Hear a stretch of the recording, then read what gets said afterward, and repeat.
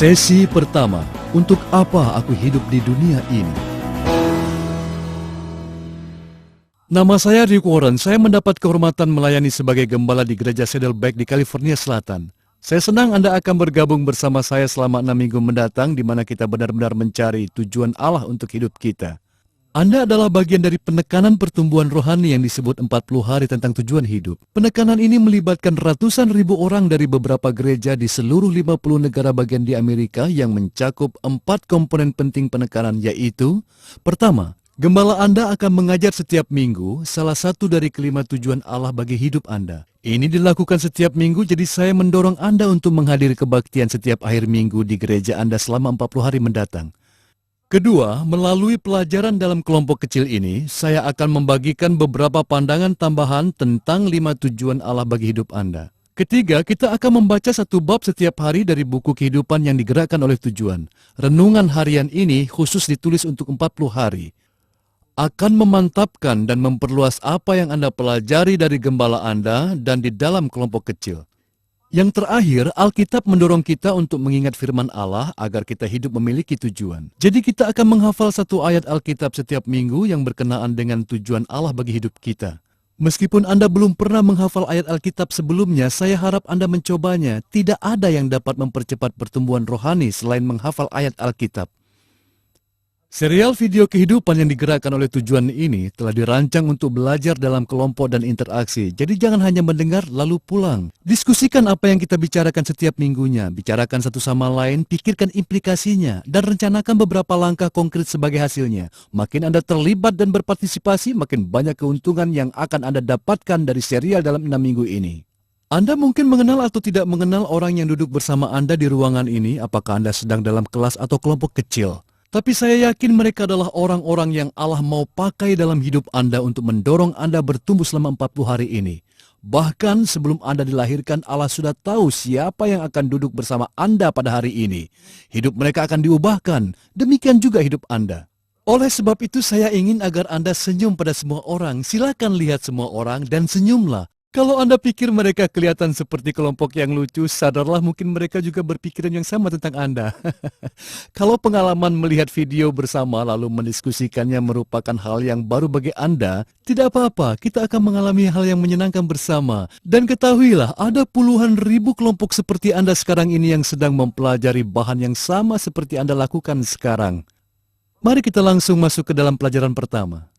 Saya mendengar seorang anak kelas 1 SD bertanya pada ibunya, "Bu, saya berasal dari mana?"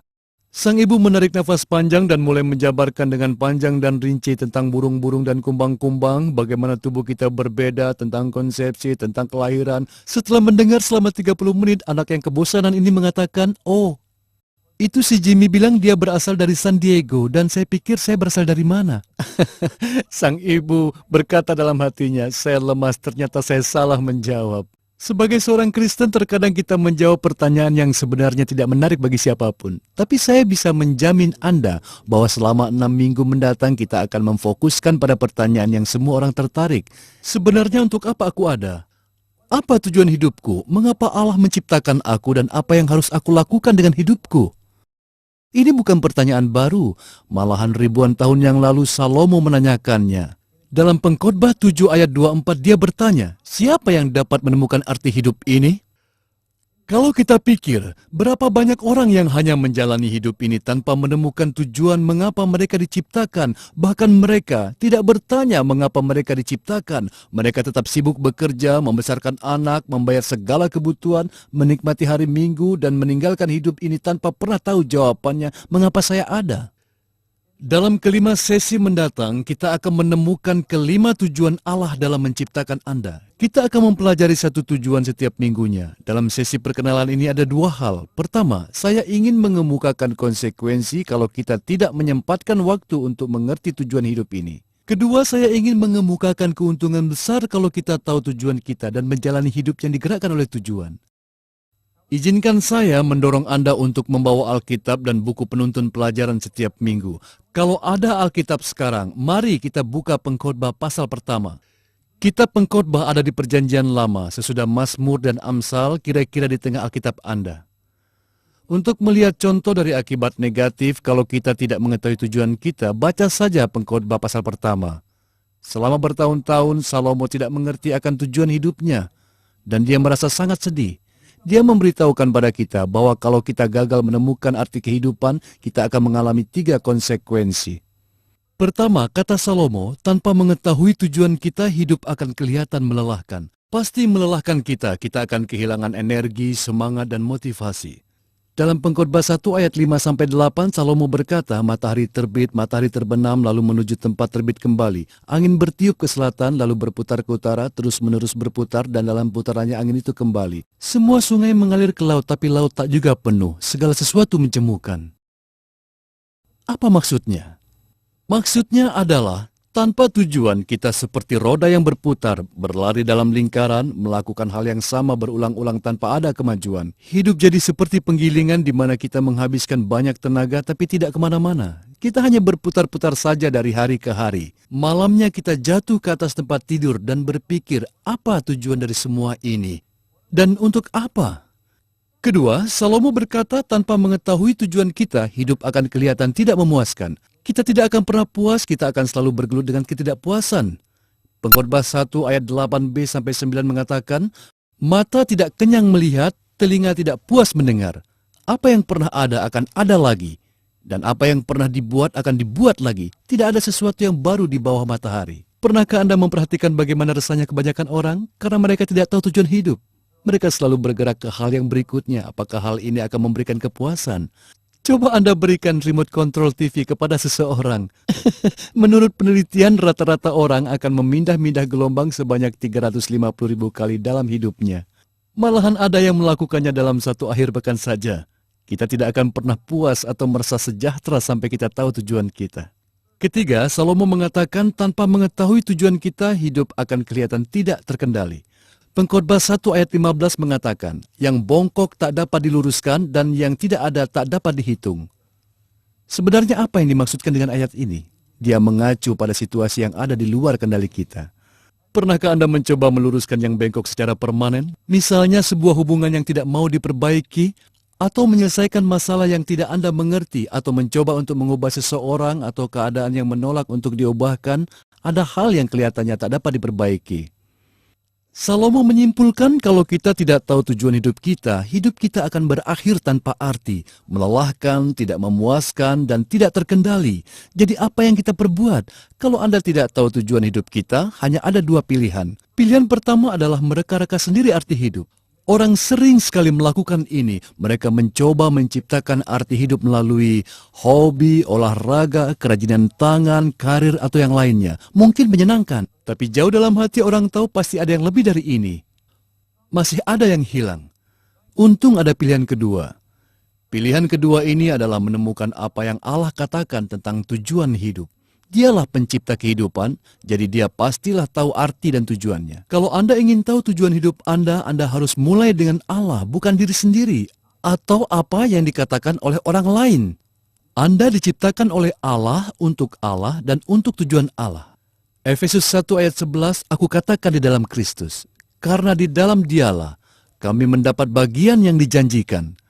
Kami yang dari semula ditentukan untuk menerima bagian itu sesuai dengan maksud Allah, yang di dalam segala sesuatu bekerja menurut keputusan kehendak-Nya. Allah memiliki maksud dan tujuan dalam segala hal dan semua orang. Hampir 2000 tahun yang lalu, seorang pengikut Yesus bernama Paulus sedang duduk di penjara dan berbicara mengenai hal ini. Perhatikan apa yang dikatakannya dalam Filipi 3 ayat 12b-14. Melainkan aku mengejarnya, kalau aku dapat juga menangkapnya, karena aku pun telah ditangkap oleh Kristus Yesus. Saudara-saudara, aku sendiri tidak menganggap bahwa aku telah menangkapnya, tetapi ini yang kulakukan.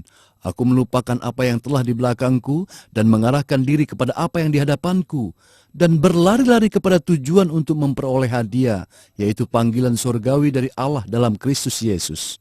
Ini adalah ayat yang sangat penting dari Alkitab karena Paulus memperlihatkan pada kita 4 keuntungan dari usaha untuk menemukan tujuan Allah bagi hidup kita.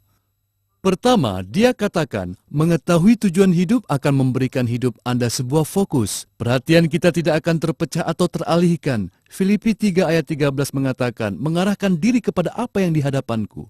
Paulus mengatakan, mengetahui tujuan hidup akan memberi kita arti hidup dan fokus. Mengapa itu begitu penting? Itu begitu penting karena memfokuskan hidup Anda pada tujuan, Anda akan menghasilkan kuasa yang mengherankan. Seperti cahaya. Cahaya yang terpencar tidak akan mempunyai kekuatan apa-apa, tapi kalau terfokus, misalnya memfokuskan cahaya matahari melalui kaca pembesar dapat membakar secari kertas. Waktu saya kecil untuk membakar serangga. Kalau Anda memfokuskan cahaya lebih banyak dari itu bisa menjadi laser, dan laser dapat memotong baja. Dengarkan, rahasia hidup efektif adalah fokus. Fokus. Sayangnya tanpa mengetahui tujuan Anda akan fokus pada hal-hal yang salah. Thoreau mengatakan kebanyakan orang menjalani hidup ini dengan keputusasaan yang mendalam. Itu populasi sekarang, kebanyakan orang menjalani kehidupannya tanpa tujuan pasti. Mereka tidak tahu tujuannya. Kedua, mengetahui tujuan hidup akan menyederhanakan hidup Anda. Dari Filipi 3 ayat 13 mengatakan, aku melupakan apa yang telah di belakangku dan mengarahkan diri kepada apa yang di hadapanku. Kalau Anda tidak tahu tujuan, akan sulit menentukan di mana harus menginvestasikan waktu, uang, dan energi. Terpaku pada masa lalu, khawatir tentang masa depan, tak dapat menjalani hidup sekarang. Hidup tanpa tahu apa tujuan Allah menciptakan Anda adalah seperti mengendarai mobil dalam kabut, akibatnya sulit mengambil keputusan. Perhatikan, tidak mungkin melakukan semua yang orang ingin Anda lakukan. Allah mengasihi Anda dan orang lain punya rencana untuk hidup Anda, tapi Anda tidak dapat melakukan semuanya. Allah tidak mengharapkan kita untuk melakukan semuanya. Dia telah memberikan kita waktu yang cukup untuk memenuhi tujuan Allah menciptakan kita. Kalau kita menjalani kehidupan yang digerakkan oleh tujuan, akan punya jadwal yang masuk akal dan stres hilang, indah bukan? Kalau begitu jangan ketinggalan satu sesi pun dari seluruh serial ini. Yesaya 26 ayat 3 mengatakan, yang hatinya teguh, kau jagai dengan damai sejahtera, sebab kepadamulah ia percaya. Bagi saya itu indah sekali. Yang ketiga, Paulus tunjukkan adalah mengetahui tujuan hidup akan meningkatkan motivasi Anda dalam hidup. Paulus mengatakan dalam Filipi 3 ayat 14, dan berlari-lari kepada tujuan. Dia tahu apa tujuan hidup dan dia mengejarnya. Sasaran yang jelas akan memotivasi kita. Yeremia 29 ayat 11, sebab aku ini mengetahui rancangan-rancangan apa yang ada padaku mengenai kamu. Demikianlah firman Tuhan, yaitu rancangan damai sejahtera dan bukan rancangan kecelakaan. Anda pasti tercengang kalau tahu apa yang Allah ingin lakukan dalam hidup Anda. Kalau Anda mulai hidup sesuai dengan tujuannya, itu akan meningkatkan motivasi 100 kali lipat. Keempat, kalau Anda tahu tujuan hidup, akan mempersiapkan Anda pada kekekalan. Ini alasan paling penting. Dengarkan kata-kata Paulus, dan berlari-lari kepada tujuan untuk memperoleh hadiah, yaitu panggilan surgawi dari Allah dalam Kristus Yesus. Kalau Anda tidak mendapatkan apapun dari yang saya katakan, ini penting. Hidup di bumi hanyalah persiapan untuk kekekalan. Hidup kita sekarang bukan segalanya. Bukan sebuah lingkaran yang hanya berputar-putar saja. Kita punya tujuan dalam kekekalan.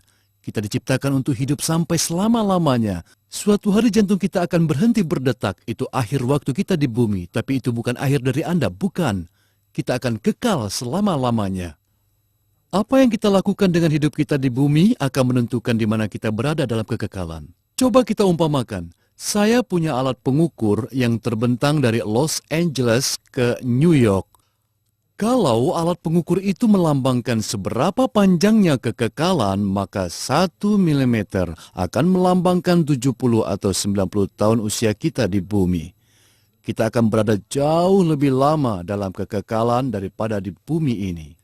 Jadi kita lakukan apa sekarang? Kita harus mempergunakan hidup ini untuk mempersiapkan hidup yang berikutnya. Hidup kita sekarang hanyalah gladi resik untuk pertunjukan sebenarnya. Ini hanya pemanasan, percobaan, putaran persiapan sebelum pertandingan mulai. Dalam Pengkhotbah 3 ayat 11a, bahkan ia memberikan kekekalan dalam hati mereka. Mazmur 33 ayat 11 mengatakan, tetapi rencana Tuhan tetap selama-lamanya. Itu pernyataan bahwa Allah memiliki rencana yang panjang untuk hidup Anda, tidak habis-habisnya. Suatu hari kita berdiri di hadapan Allah dan Dia akan mengaudit hidup kita. Dia akan menanyakan dua hal. Satu, apa yang kau lakukan dengan anakku Yesus Kristus? Dan kedua, pertanyaannya adalah apa yang kau lakukan dengan hidupmu? Selama 5 minggu mendatang saya akan menolong Anda mempersiapkan menghadapi pertanyaan kedua. Namun sebelum kita akhiri sesi ini, saya ingin memastikan bahwa Anda bisa menjawab pertanyaan pertama. Apakah Anda punya hubungan dengan Yesus Kristus? Kalau Anda tidak pasti akan hal ini, maka dengan senang hati saya akan memimpin Anda dalam doa untuk menyelesaikan masalah ini, bahwa Anda akrab dengan Yesus Kristus. Mari kita tundukkan kepala. Saya akan berdoa dan Anda bisa mengikutinya dalam hati. Mari kita berdoa.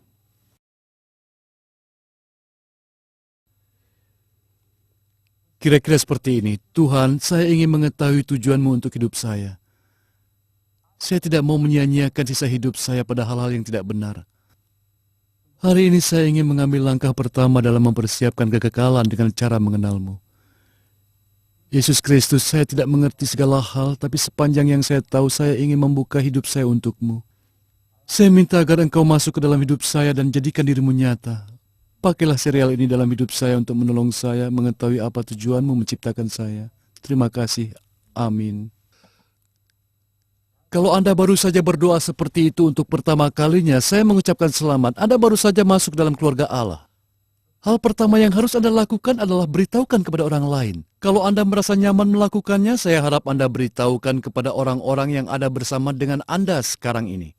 Kita akan tiba pada diskusi kelompok. Saya mendorong Anda agar benar-benar berpartisipasi. Anda punya sesuatu untuk disumbangkan dan kelompok Anda akan jauh lebih kaya karena kesaksian Anda. Ketika Anda tutup dengan doa, kalau Anda tidak pernah berdoa dengan keras di hadapan sebuah kelompok, Anda mungkin bisa mengatakan satu kalimat sederhana saja. Terima kasih Engkau ciptakan saya untuk satu tujuan. Hanya itu saja.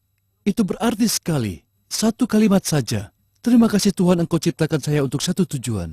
Usul saya yang kedua adalah Anda undang seorang teman ke pertemuan minggu depan. Kita akan belajar mengenai tujuan pertama Allah menciptakan Anda. Pasti orang tertarik. Sampai jumpa minggu depan. Tuhan memberkati.